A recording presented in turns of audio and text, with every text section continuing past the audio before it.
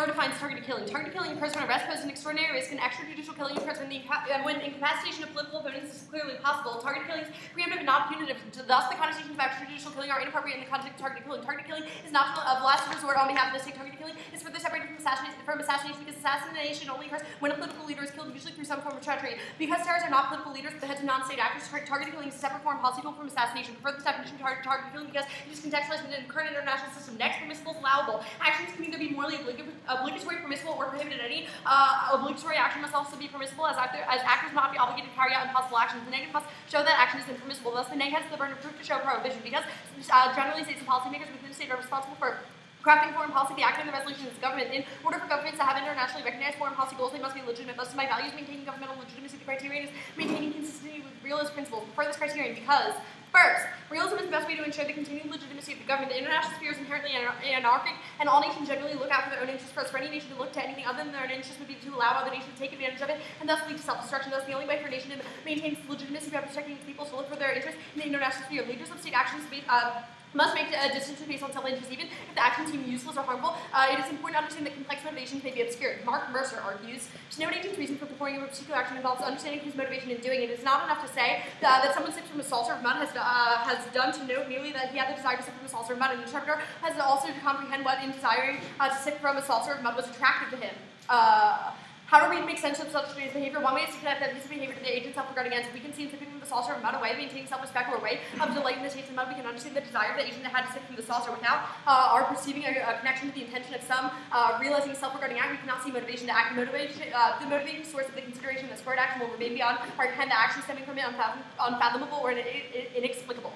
Second, motive and intent other than self-interest are irrelevant in the international sphere, meaning that Dan's logical moral systems don't apply. Morgenthau explains, to search for the clear foreign policy exclusively in the motives of statesmen is both futile and deceptive. It is futile because motives are the most elusive type of psychological data, distorted as they are, frequently beyond recognition by the interests and motives of the actor and observer alike. Yet, if we had access to the real motives of statesmen, that knowledge will help us little in understanding foreign politics and may well lead to us astray. It cannot give us one clue I wish to predict foreign policies. History shows no exact and necessary correlation between the quality of motives and quality of foreign policy. We cannot conclude from the good intentions of the statesman that foreign policy will either be morally praiseworthy or politically successful. Third, only realism has normative force in no political context. Morgenthau, too.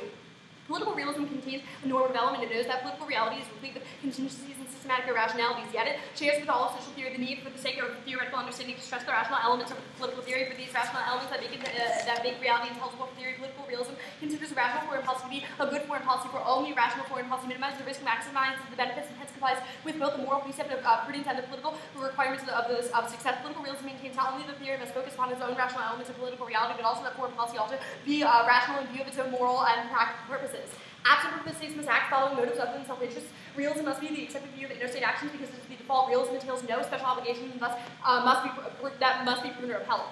The affirmative thesis is this: all options that preserve a state's continued legitimacy and consistency with realist principles are morally permissible. Therefore, if targeted killing is in the interest of a state as a foreign policy tool, you affirm. Contention 1. Targeted killing is an efficient tool for eradicating terrorist cells, particularly for smaller terrorist cells with up-and-coming leadership. Targeted killing can eliminate terrorists before they become globalized and powerful. Alex Wilner writes, groups of particularly charismatic leaders are especially prone to decapitating strikes. The state only needs to neutralize 20 to 30% of them for the organization and production of acts of terror to drop significantly. Terrorism is a process that requires a production line of activity. All along this process, individuals play important roles, fulfilling particular jobs and functions. As such, violent non-state groups are coercive systems depending on the interaction of a variety of semi-autonomous parts and processes. While eliminating particular individuals with functional roles will not wholly eradicate the threat of terrorism, the selective removal of centrist players does not restrict the terrorism process and degrades an organization's overall capability to plan, coordinate, and carry out acts of violence. Even for the larger terrorist groups, targeted killing can deter groups from surfacing and planning large-scale attacks. Wilner, too, writes, targeted killings affect the motivation of individuals involved in perpetuating acts of violence against organized terrorism. The leaders of Al-Qaeda are inspired by martyrdom, but not their own. They may dispatch suicide bombers to their own death, but few leaders volunteer their own services. Their desire to live can be exploited. A string of successful targeted killings lead to despair among surviving leaders. Those next in line for succession take a long time to step into their predecessors' shoes. By choosing to take the lead, they add their names to a target list where life is short. Widespread anguish can influence not only members of groups, but how well a group can attract and retain new members and followers and leaders. Because targeted killing is an effective option is an effective foreign policy tool for stopping terrorists as last resort, it's in the interest of the state to keep it as an option. Therefore, because realism dictates that we keep whatever policies benefit our interests, targeted killing is morally permissible. Contention 2. Even if targeted killing is ineffective in practice, the threat acts as a deterrent for terrorists. Wilner 3. The very threat of coercion forces leaders to worry about their safety, hinders their freedom of movement, and requires that they spend time and resources in avoiding their death rather than planning the death of others. Leaders in hiding face the related problem of motivating and leading their followers, championing a cause from the front lines far more effective than doing so from the safety of the bunker. Likewise, by eliminating skilled facilitators, organizations become deprofessionalized. Finding individuals that are able and willing to replace eliminated bomb makers and tactical planners takes time, not just any steps people do. Few individuals have the skill sets needed to design and build effective bombs. Attracting and recruiting the right people to live a life of violent hardship that invariably comes with joining a terrorist organization can be difficult. Even in the case of suicide bombings, it's not to simply equip and send out a great many of operatives on suicide missions. The individuals need to have the intellect and training to know where to go, who to target, how and when to detonate the bombs, and what to do in case of mishap. They must not renege on their decision to die and never get caught. Finally, target killing significantly decreased both suicide bombings and the sophistication of the attacks in terms of both professionalism and target selection. Wilder 4 concludes. After the targeted killing, suicide bombings dropped by over 30%. This is in keeping with the degree of difficulty, amount of time, and expertise, and level of leadership that is required to coordinate the effective suicide bombings. As leaders and facilitators were eliminated, the Taliban began using less sophisticated forms of violence that shift residents for the elements outlined in the literature from targeted killings. As organizations succumb to their overall strategy, operate at a high level of sophistication decreases, and the selection and use of less formidable forms of violence increases. That also suggests that changes in Taliban professionalism following the targeted killings. The aggregate data suggests a decrease in professionalism and an increase in failure rates. After the elimination, the ID failure rates rose from 20 to roughly 35%. Finally, the data also suggests that the targeted killings influenced the selection of targets following the elimination. Soft targets were more often remaining, forced to select less formidable targets to attack rather than hardened military actors. Thus I affirm. Okay. Ready? Yep. Alright. So what is the U.S.'s self-interest?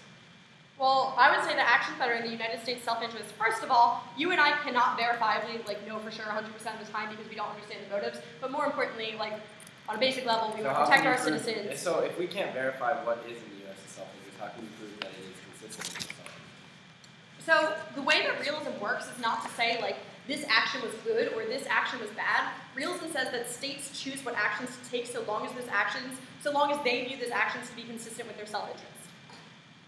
So is it based on the end result of their actions or is it based on their intent? Well, it's based on what they see to be in their own self-interest. All right, so even if I prove that targeted killing is not effective but that it increases terrorism, you would still win? I think if you can show that targeted killing systemically increases terrorism and is ineffective, then the state would not choose that action as consistent with its self-interest. Okay, cool. So let's talk about the contention.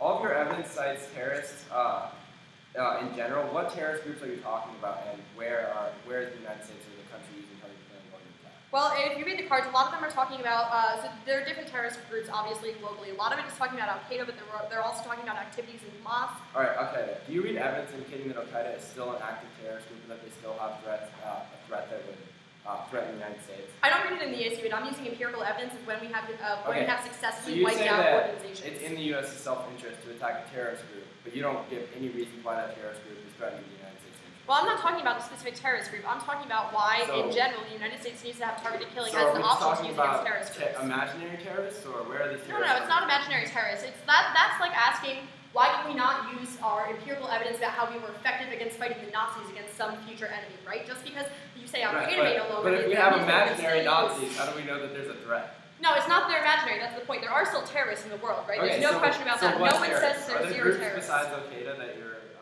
the AC is talking about, or is it just Al-Qaeda? Okay, the point is that the AC is not specific to Al-Qaeda. It uses empirical evidence that does discuss Al-Qaeda as well as other terrorists. So you don't specify. So Al-Qaeda is still a threat in the world, especially Al-Qaeda in the Arabian Peninsula. It's an increasingly important organization. Okay, let's talk about the Wilner 1 evidence. Your evidence indicates that targeted killing takes out groups with charismatic leaders. What's the warrant, and why? No. It's that groups with charismatic leaders are especially prone to decapitating strikes, but those strikes can be effective against any group that has a. What's the warrant for why taking out a charismatic leader is good? Well, okay, so it's leaders in general, right? The charisma, if they can have a big smile and laugh a lot, it's one thing. All right, but so it's more than just that they're leaders. Why is it good? So taking out the leaders is important because, first of all, it says that while eliminating particular individuals with functional roles will not fully eradicate the threat of terrorism, the selective removal of the central players restricts to the process of creating terrorist acts and degrades the organization's overall capacity to plan, coordinate, and carry out acts of violence. That's straight from the card. So have we taken out leaders before? Yes. Okay. So why are the terrorist groups still functioning? Because the AC shows that we've seen a decrease in the efficacy of their strikes as well as how severe the strikes are, okay. The terrorist threats are. All right. That's cool. Okay. All right.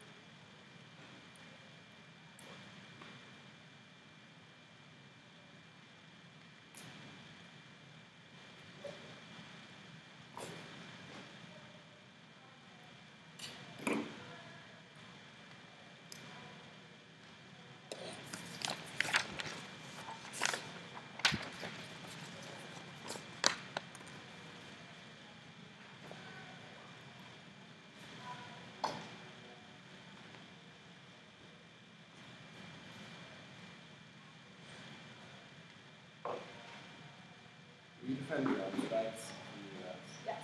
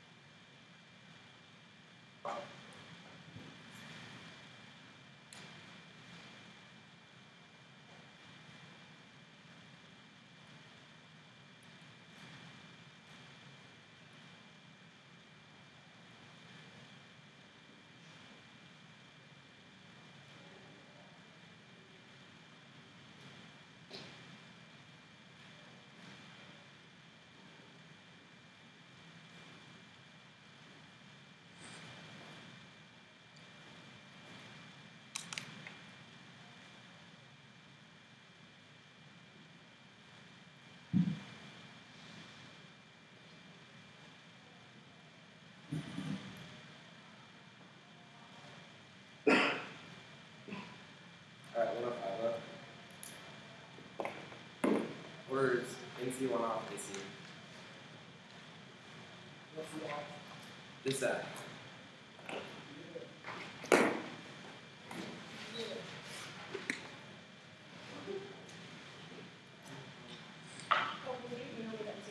did.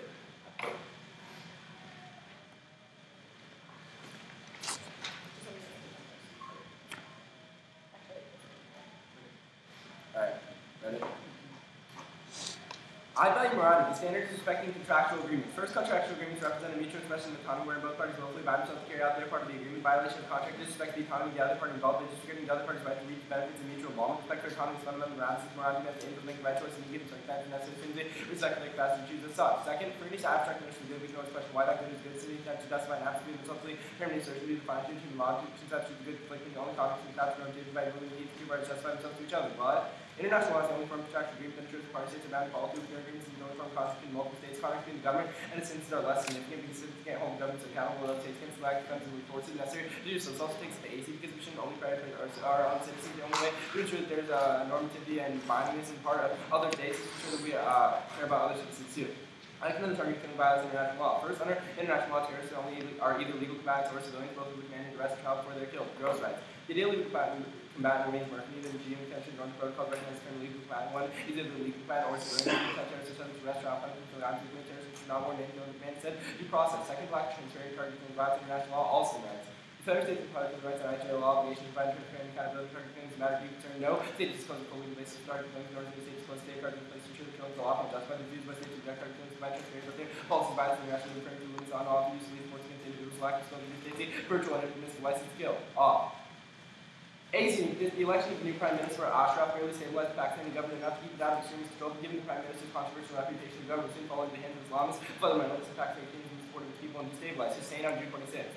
It is seemingly smooth for the National Assembly elected Ashraf as the country's new Prime Minister today, and Abu Dhabi will be fighting for his survival in office. He is in the Prime Minister's house on a short lease with a controversial reputation after Ashraf is not the minister of public faith in the administration plagued by charges of corruption, mismanagement, and inaptitude. Zardari maybe has succeeded in keeping together a coalition of different political parties, but the situation is fast becoming untenable for his administration. Absent strong governance and law enforcement has given up huge space to the religious extremists. The country is sunk deeply into political uncertainty. Policy dissuading Islam and widening civil divide is responsible for this downslide. Pakistan is at a crucial moment. Must either stabilize the region or given the extreme control of the Pakistani government. The brink is now. This loss on June 8th. Nuclear in Pakistan is on the verge of state collapse and is currently triggered conflict, contradiction, and peace and resolution and reconciliation. Responsibility more would have been Pakistan's willingness to remain. Islamic extremes and groups follow the result from Pakistan's failure to continue in resistance to internal forming consequent meltdown of the Pakistani state. He's the link. Targeted killing cause massive instability in Pakistan rallies fundamentals of extreme support. Shakat on June 28th. When the U.S. runs attack Pakistan tribal areas, it creates anti-U.S. sentiments among masses, killing killers, provides reasons the youngsters and growing terrorist groups waging war. The U.S. is more than 14 of Pakistan is not involved in any terrorist activity. A flawed policy concerning killing massive facilities for Washington. U.S. policy to advocate killing the fundamentals and extremist elements of Pakistan. Some developments show that a shift in Islam will follow the arcade place in connected with Washington. Dual tension exists in Pakistan. U.S. ties to strike the fight and keep on going. Pakistan government will come to lead the U.S. war against terrorism due to public backlash. U.S. started more worried with Pakistan we counter-directed Green Valley. The after the Pakistan and Kashmir moved further to radicalize, bringing out more terrorism directed against the Americans. Drones are created to disability in Pakistan government. The region targeted killings only further push control of Pakistan government in the hands of Taliban. Jones 09.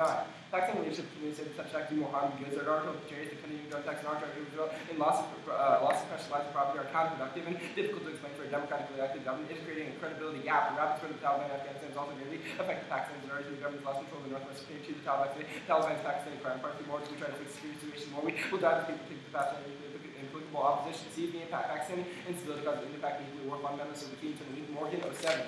Fundamentals in deep rooted Pakistan society given the weak conditions, sexual opposition, participation, the right for clear time fundamentals, leaning on the radical massive take power, for radical military Islamic community will be likely, and that will also go in India, both with regards to the Muslim community and Kashmir, Pakistan breakdown and how Taliban government's real possibility, such chaos would open the Pandora's box for the region and the world possibility, unstable military fundamentals, control back to nuclear arsenal, not only the recent with any become possibility, but also the acquisition of nuclear and other deadly weapons, secret by Al-Qaeda, this will be shifting to conflicts, global relations, crushing the nuclear war with China and Russia against the U.S. The impact of the sanctions by 01. Most United South Asian movement, black base, and the civil state Spanish independence, Kashmir, stands between nuclear capable Indian Pakistan, and the two wars between the Eastern and South Asian and third country nuclear dollars and nuclear winter threatening the entire globe. This black condition slowly to idiosyncratic view of Indian Pakistan racing like thoroughbreds going through the nuclear arsenal advanced military vehicles, then defense budgets declining despite widespread misery among the population. This is going to actually outweigh the ASEAN a few levels. First, it actually has an impact scenario that links into extinction. Extinction comes first because ethical and logical default to prevent extinction, management, all activities to like present lack of kindergarten believing in the people, which default to maximize our ability to engage more reasoning chances of finding demonstrable moral truths. Boston. Moral uncertainty suggests that our present understanding actually ultimately will be used in the I know what outcomes, but we can't believe it for many very uncertain about our organizations, recognize their great often by serving our ability to recognize God to see the future currently and trend will be a future version of the great powers and friends and even wisely best way to think about the future within. A lot of our second always is best space because I say specific scenario, the actual terrorists being outlined in terms of the Islam's fundamentals in the Pakistani government, she's just talking about vague terrorist groups, not even specifying the AC specificity key topic in the Congress resolution because the resolution questions foreign policy, which means we have to have isolated specific scenarios, absolutely evidence for why these specific terrorist groups that she is talking about actually pose a threat to the U.S. and there's no link in foreign policy that asserted link directly to the AC seeks cross-examination that if I knew that it would be counter, that it would be less effective, that it would increase terrorism, that would be run contrary to the U.S.'s interest, means directly turn to the AC. AC. Starting on the framework. Group A. As an overview. First, international law links in the value of maintaining government legitimacy because the only way that the government, that the U.S. government can maintain legitimacy is if it follows in conflicts with other states. Otherwise, the people consider the U.S. less credible. Second, you should refer impacts to all citizens and suffering all citizens, not just citizens. Impact back to the United States because A, of the lottery of birth there, it is more arbitrary where people are born. So we should arbitrary distinctions should not be made on that matter. B, protecting others is key to then United States' own national legitimacy because when they protect others, then other people will also help them in turn. Then third, actually that's fine. Now go on the convention. First on the number one argument, turn. Taking out leaders to more ruthless leaders leads to more ruthless leaders getting power and increased substance violence, Cochrane writes. We'll identify 206 successful missions, key ID network individuals and eliminating many report substance violence attacks and eliminating leaders, areas of operation, ID attacks and not community chapter 1, the captain hitting system, 20%, eliminating management officer, we're always in place once usually been 24 hours, the new guys when you work hard, he has proved self-service authority, the old guy who's been lazy fresh blood, makes a difference. Then on the second argument, which is about skilled groups, turn. Terrorists place members of what goes we can take them out. Taken. No she started killing people who's willing to terrorists like the US is wrong. Maybe part of them shut the terrorist organization place things fast and we can go in the place and include movements as well. However, better than predecessors, we not protect the motives ourselves. Then on the deterrence argument, it is impossible to deter terrorists. Weinberg. Deterrence will not work against terrorists without attacks or destruction targeting innocent terrorists. Hold no obvious targets for retaliation for hard going to put location terrorists who live in the identified become an obstacle to possible terror attacks. Then at the top of the AC, or the fourth argument about suicide bombings. Target killing has a causal effect on increasing terrorist attacks. One and all. Usually nature of the variable working in second entity on untangling the apple variables through the synopsis determines place of operation action treatment Palestine attacks into all and all duration target killing shown to increase the Palestine attack rate as well as set variables shown to reduce the attack spreads and increase her evidence of correlation, not causation. She doesn't provide a causal link only what it does that.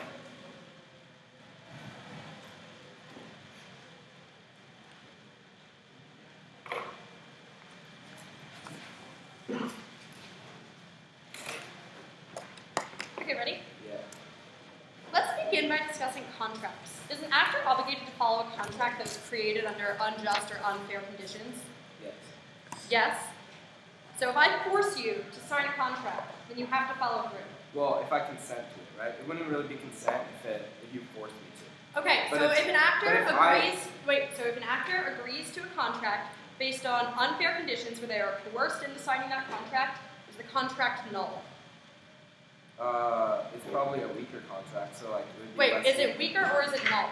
No, it's not null. So if I take your hand and force you to sign a contract saying Karlyn will win this round, then do I win the round? I mean, if there were a different contract that like I signed with you earlier that was like, you don't win the round unless you do the bidding, and that contract would come first. But the second justification for the So legitimate contracts come first. Yeah. But if there's only an illegitimate contract, then what happens? It still matters. Because it still matters. Yeah. So if I physically force you to sign a contract. So the second justification for the standard says that exceptions of the good conflict, and there's no way to know, due to the finitude of human logic, how to weigh between different conceptions of good. So you need some physical expression of the contract in order to establish any form of morality. So even if it would be an unfair contract, it's the only way to ground.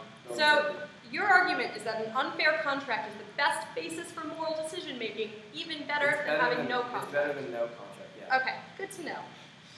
Then let's talk about the DISAD. Okay. Do I have to defend future strikes in Pakistan? Yes. Do you? Why? I asked you in cross-sex if you defend drone strikes. Right. Do you read evidence saying that there are going to be future strikes in Pakistan? Does any of your evidence say there will be more drone strikes in Pakistan? Yeah. Where? Which piece of evidence? All right, I'll show you. Let's see. So the Shaqat evidence talks about how the U.S. drone attacks are ongoing, and they've been attacking Pakistan's tribal areas and creating U.S. sentiments.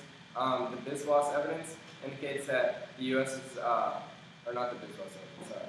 The Jones evidence talks about how they've been ongoing, and despite Zardari, which is the president of Pakistan, telling the U.S. to stop, the U.S. has...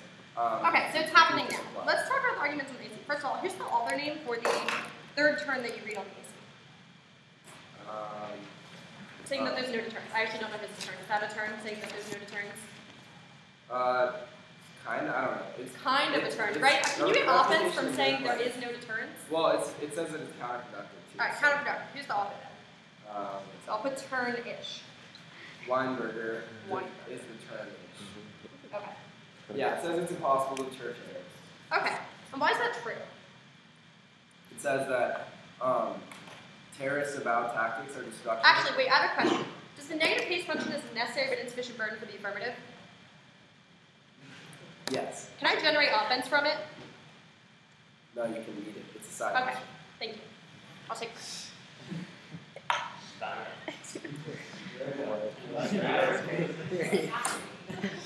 What do you think?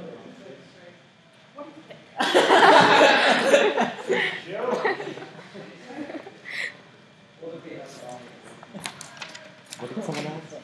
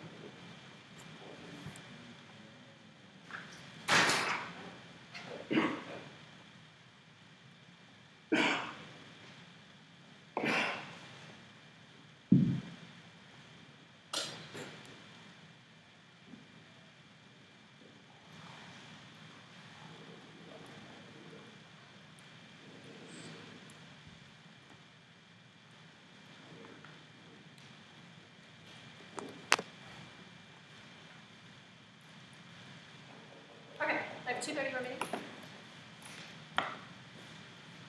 So the order is going to be theory, NC, DISAD, AC.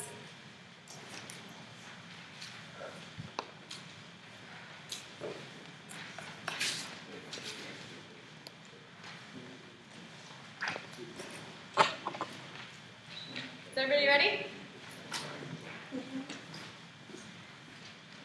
AC interpretation, negative debaters may only run necessary but insufficient burdens for the affirmative if they do not generate independent offense under the AC standard. B is the violation. Regan concedes in CX that the NC function is necessary but insufficient burdens for the affirmative, but I can't generate offense on the NC. He also ran a distant ton of turns on the AC standard. C is the standards. One is reciprocal offensive ground. Within NC, the function says nib as well as an offensive DA linked to the AC standard. The negative can win offense under his own standard. Am and under offense fine. However, I can only win offense under my own standard because the NC is necessary but insufficient constitution burden, the best that I can do is win defense on the entirety of the case. Under the interpretation, debaters have reciprocal offensive ground because each debater can only win the offense back to their own standard, or the negative can choose to win with offense back to the app standard. This maintains reciprocal offensive ground because neither debater is forced to win offense to their standard while forcing their opponents win the offense to one standard and defend another. Reciprocal offensive ground is fairness because of the ability to make arguments that can win the debate. 2 is strategy skew.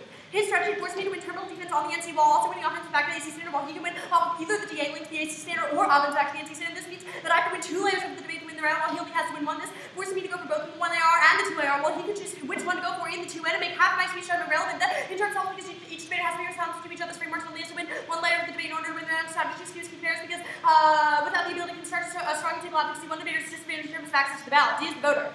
Fairness is voter because that's what you have to determine who's the better debater. After fairness, you cannot make that evaluation because they become the game who's better cheated, the structure being subjective and unfair. Finally, fairness is voter because in debate we seek solutions through adversarial discussion by denying one debater the ability to meaningfully engage in self-discussion, the ability to seek the best way to resolve the conflict, which resolution poses is inhibited, the debate becomes meaningless.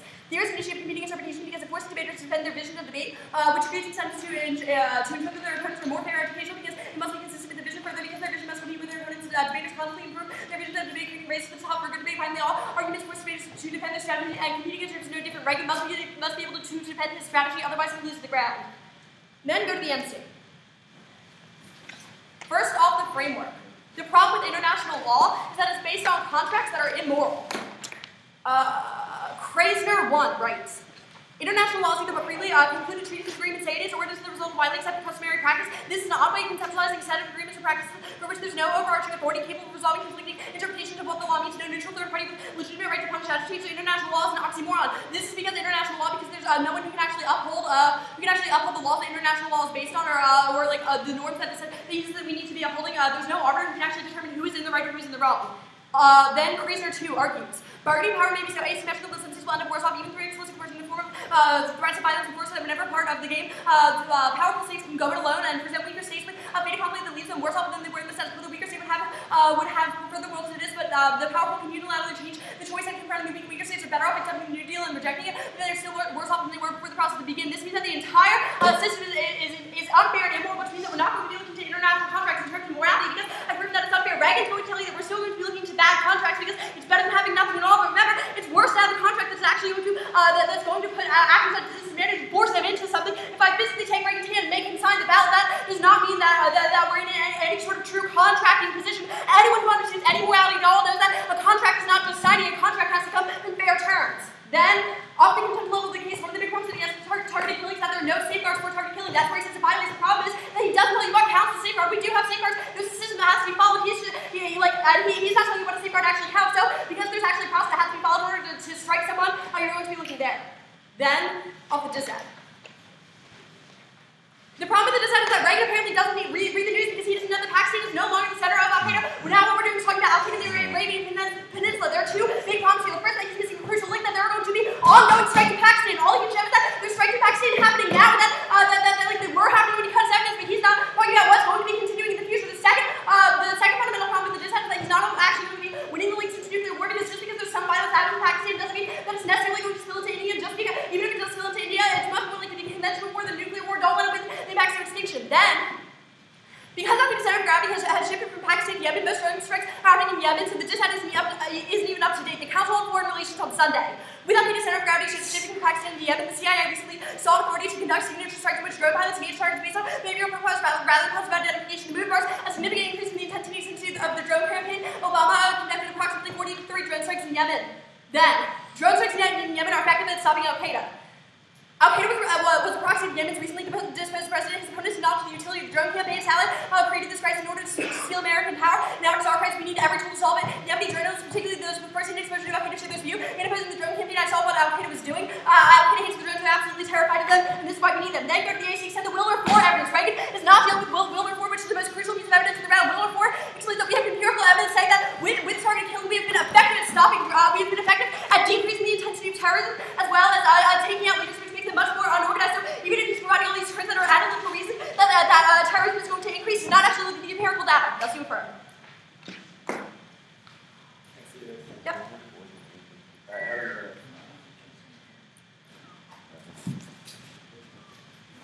Where's the evidence that Pakistan's not? White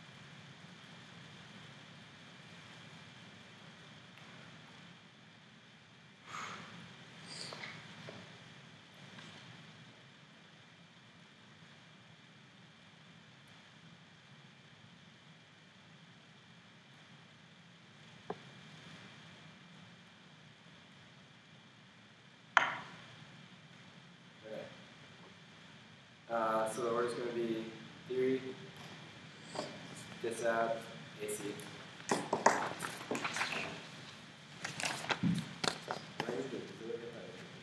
Yeah. Yeah. I'm listening to that.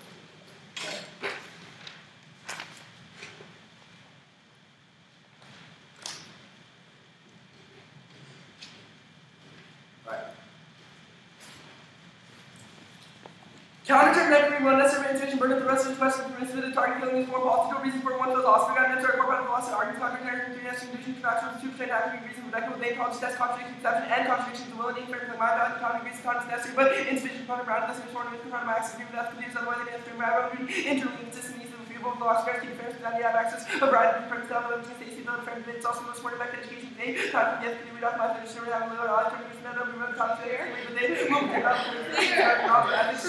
every person must be formed philosophy education one most unique education benefits all debate offers no other academic high school place emphasis and nuance in the debate athletes where the topic education is more important we should switch policy proper forms keep regarding the most education about debate the right subject in the right form. 2 is checking unstable seasoning. 3 you got to use the resolution question from the form policy of the nature of tools such that it will be used in certain situations. This gives the afternoon advantage of the ancient pattern environments that open category prohibition is our necessary practices like international law applied to all instances affirmation in my category burden 3 strategies to the office made sure you can manage because they start to make the negative source adapt to whatever the AC was on the check back for this sentence next to the resolution in regard to affirmation regards to what the AC1 strategy compares to the unicorn strategy with strategy and uncheck the table absences also outweighed for these we can ground of substantive issues where best policies the structural issues are relevant if the one structural layer that I might have an advantage on is poor quality ground for me. Then education outweighs fairness. One debate is not fair activity, there's certain disadvantage debate that are structured on the activity, not even as equal access to certain we should use. Debates in education start point how debate is good, better improve this goes to fairness only instrumentally valuable to education, for example, we don't have coin flipping for reason why we never want fair debate, so we can take predicting education about debate 3 education is more important long term because the only thing we factors later in life factors so that's this thing around use on line rule, so we'll be able to provide the education was gained from debate. And reject the argument. 1. Judge intervention. One judge shall debate because the theory maximizes judge biases soul. It's hard to controversial to say the judge have biases about the theory of how these biases instead of creating restrictions of the bias with all decisive different view and do legitimately hold different concepts of what debate should be bad. One side feels toward theory preference is not unreasonable to the side views we embrace will win debate over a particular issue more often than college side hold debate based on this issue not just because they've gone on the wrong side of one over theoretical predisposition. Well, judge biases only exist in power limits A debate uses unfair because no longer about debate to be utilized always all of the interlinked experience because debates still win unfair debates can't win debates with the judge have to get them correct for this we should drop the arguments we can check these factors check abusive practices, but also check those biases. And second is substantive education. Actually, skip that. Just judgment. Then, also, she doesn't read a reason direct debate in the initial cell, which means you should just reject the argument. That would be the argument to AR. Also, RBI for the net. Times 1 academy is after 7 6 times advantage of the debate. It's also kind of negative minus 1 feature found in the initial cell. The RBI is no longer rectified disadvantage because bottom line can use also things to the last feature lesson and often touches like 2 hours and compares what excuse active balance. Second, no new the argument to argument, no theory not respond to the argument to arguments are unfair because they can last word to means A except the after interpretation or events or B you have to do work for the negative, either which gives fairness. Also, the RBI still applies on rejected argument because I still had to, my time was still skewed regardless of whether or not she could have won on. Then, this app.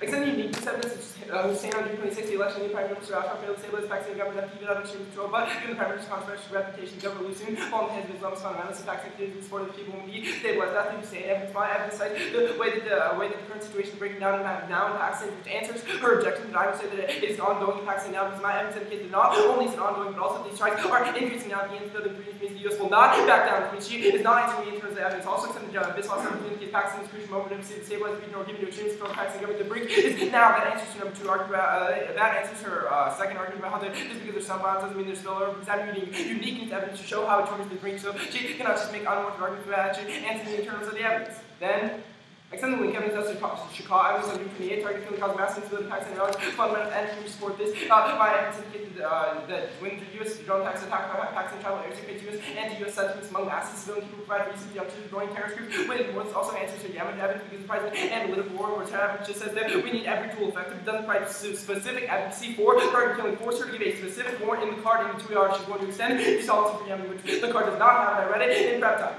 This evidence indicates that they're more likely to be recruited regardless of whether it's Yemeni or Pakistan because they will wage wars against the masses that are bombing their people. So I have the analytical warrant. Then it's in the George Sex Grade Instability Pakistan, government being targeted on first control Pakistan government in the hands of the Taliban.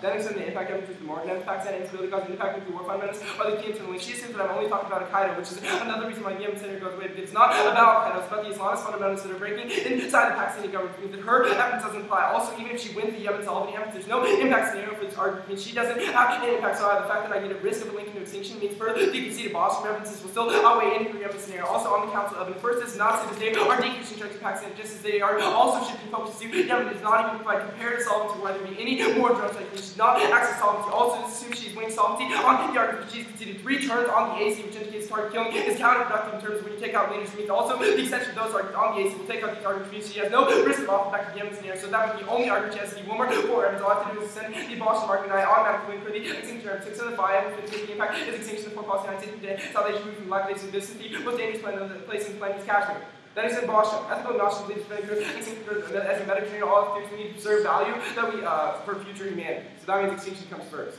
So you can vote right there. But then on to the AC, you can extend the terms. First extend the Weinberg or extend the Cochrane evidence when you take out leaders, when you take out skilled members, they just put better leaders in place, which means there is a worse effect. It's also answers her Yemen evidence and her Woman evidence because she doesn't provide solvency and I have an analytical warrant. Also, you can send the conceded argument, which is the Boyden evidence, which indicates that it increases attacks against the Woman war evidence. That is a direct response, and she can see the reason preferred, which is that her evidence is correlation, not causation. Only my evidence provides the causal link. So I'm winning on this side. It's the only possible risk of leading to extinction, only one with impact scenario outside of Al-Qaeda. But I'm also winning conceding terms in the AC that answers her Yemen scenario and the only option she accepts. Alright, I see that you lost.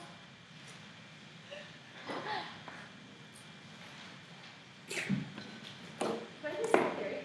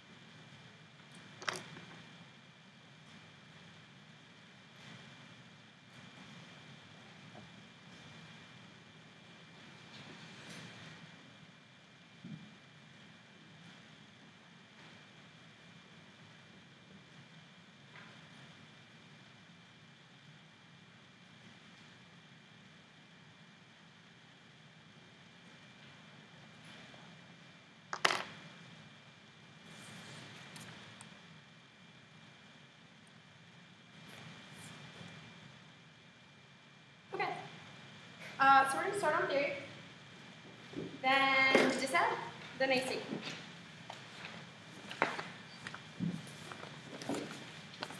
Is everybody ready? Okay. I would thank Regan for running a very generic counterinterpretation in response to a very specific interpretation. Extend the interpretation of the original to cell. Negative graders may only run necessary insufficient burns for the affirmative if they do not generate an independent offense off the AC standard. Then go to the violation heat conceding cross-sex of the NT's nib also thinks generating offense coming out of the disadd and turn on the AC, then off the standards. Specifically off reciprocal offensive ground with an NT that functions as an invisible as an offensive DA leads to the AC standard. He can only win offense under his own standard. He wins offense under his own standard and can win offense back to mine. However, I can only win offense under my own standard best I can do is to win defense on the turf. Well, we have a single offensive regret because each killing one offense factor instead of this is fairness because it's the ability to make arguments I can win the debate, then it's in the fairness of voter because the last reason that by denying one debater the ability to meaningfully engage self-discussion, the ability to seek the best way to resolve the conflict, which the resolution poses is inhibited and debate becomes meaningless. Go to the counter-interpretation. The problem is that I co-opt all of his theory offense coming out of here because he can still run necessary institution burdens for the affirmative. He just can't run them and make offensive turns under the affirmative standard. So this means that he's still able to run philosophical ground because he can still run the necessary institution burden and also checks back on single advocacy argument. But strategy skew is the most hilarious argument that he's running because he's not actually responding to the strategy skew argument that I'm making the regional self that his strategy forced me to win terminal defense on the NT while also winning offense back to the AC standard while he went off of either one. This means the strategy skew is fairness because it is the ability to construct strong stable advocacy. So even when he's talking about unstable advocacy strategy skew directly links there. So there's no question that I'm winning the theory debate. But then go to education, comes to important fairness. The first problem is that I look into education because the justification that I can provide why fairness to voter explains that he is structurally denying one debater the ability to engage in the debate. So that means that education is a reason for fairness, but also education has come to for fairness because if the debater can't even engage in the debate, then they can't experience any of the education that they would get out of it if we are structurally denying them access to participate. Then the reject the argument argument is also silly because the problem is that the two-pronged argument that he's running nibs and offense under the AC standard means that you would have to reject like both of them because he doesn't tell you which one to reject. So even if you're rejecting the argument, that means that you're rejecting the entirety of his position. I told you his advocacy, the argument is his advocacy. That means that you can't vote there. So I agree with him. We reject the argument. That's everything that he said. Then off the dissent. The first fundamental problem is that he's still not explaining why the strikes are in fact are going to continue happening in the future. He just says that they're happening now, but he's still not making evidence that explains that they are going to continue to happen in the future long enough that the impacts are actually going to be triggered. So just because they're happening now doesn't mean that they're going to keep happening. But also, I'm making it all of this offense as linking to nuclear war because I explain that it's much more likely to be a conventional war where we've never seen this nuclear effect. So he's not making anything actual distinction. Then off the AC. He is still not dealing with will report. Will report is an empiric and the evidence explains that there's an actual structural reason why targeted killing has incapacitated terrorist organizations, led them to be less effective. So I told you he's accepting all this analytical evidence about why it's unlikely to work, but will report is very specific that it has worked in the past. So will report tells you that when we take out the leaders, when we take out the skilled people, it takes more time to train more skilled people to replace the leaders. So even if the leaders that are put in power are like worse, they're worse at what they do. That are less effective. So the terrorists are going to be less effective when we have targeted killing, which means that it is in the state's best interest to continue to use targeted killing. So you affirm.